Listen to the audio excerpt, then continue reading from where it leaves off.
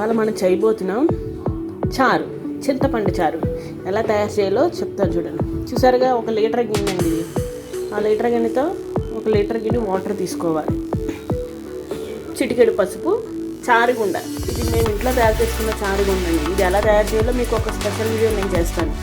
శుభ్రంగా కడిగి పెట్టుకున్న కరివేపాకు, తగినంత ఉప్పు, పెద్ద నిమ్మకాయ సైజ్ అంతా చింతపండు, ఆ మాత్రం బెల్లం. మేమైతే బెల్లం ఎక్కువ తింటామండి, సో అందుకే బెల్లం వేసుకుంటున్నా. ఇష్టం లేని వాళ్ళకి కొంచెమే వేసుకోండి.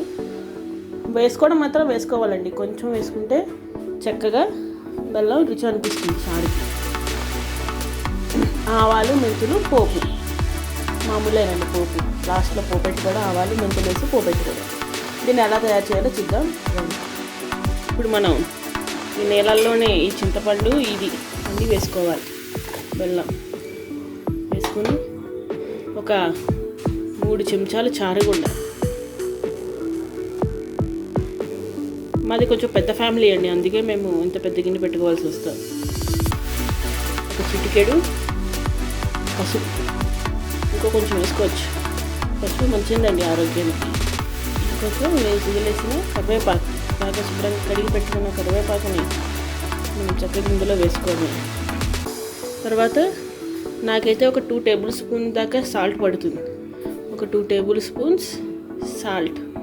ఇప్పుడు ఇదంతా వేసి మనం స్టవ్ మీద పెట్టుకుని మరగనిద్దాం.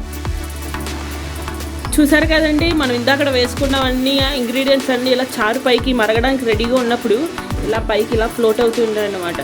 ఇలా చక్కగా చూడండి ఎంత ఫ్లో అవుతుందో. ఇప్పుడు మన చారు మరగడానికి రెడీ అవుతుంది అన్నమాట కదండి. మన రసం ఎలా మరుగుతుందో, అబ్బా ఈ రసం మరుగుతుంటే మన ఇల్లంతా ఎంత మంచి వాసన వస్తుందంటే, ఎందుకంటే ఇందులో మనం చారుగుండ వేసాం కదా, ఆ గుండ వాసన ఇల్లంతా ఒక రకమైన మంచి సువాసన వస్తూ ఉంటుందండి.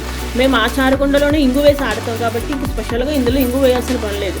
ఈ చారుగుండ వీడియో మీకు స్పెషల్గా నేను చేసి పెడతాను. చూసారుగా ఇలా మరుగుతున్న దాంట్లో మనం పోపెట్టుకుందాం. ఇప్పుడు మనం ఇందాక మరిగిన చారు ఉంది కదండి, దానికి పోపెట్టుకుందాం. తగిన ఆవాలు సుమారుగా 1 టేబుల్ స్పూన్ ఉంటాయండి. 6 టేబుల్ స్పూన్ మెంతులు. చెప్పాం కదండి ఇంగు వేయం, ఎందుకంటే మేము చారుగుండలోనే ఇంగు వేసేసుకుని ఆడేసుకుంటాం కాబట్టి ఆ ఇంగు వాసన దానికి పట్టేస్తాం. ఇంక ఇంగు అవసరం ఉండదు ప్రత్యేకంగా. తగినంత ఆవాలు, తగినంత మెంతులు వేసుకుని శుభ్రంగా వేయించుకోవడమే.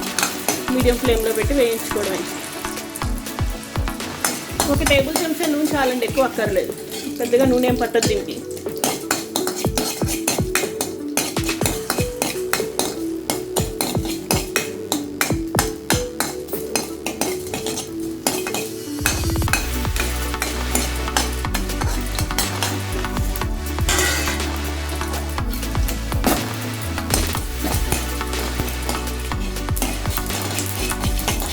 చూసారుగా సౌండ్ ఎలా వస్తుందో, టప్ టప్ టప్ టప్ అంటూ సౌండ్ రావాలన్నమాట.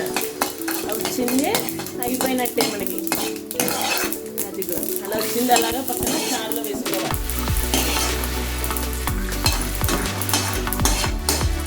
అంతేనండి, మన చారు రెడీ. చూసారు కదండి మా అత్తయ్య పెట్టిన చింతపండు చారు. మీకు గనక చూసారుగా ఎంత బాగుందో, ఎంత సువాసన వస్తూ ఉంటుంది, ఇల్లంతా సువాసన వస్తుందండి. ఈ వీడియో కనుక మీకు నచ్చినట్లయితే లైక్ చేయండి, షేర్ చేయండి, సబ్స్క్రైబ్ చేయండి. Thanks for watching.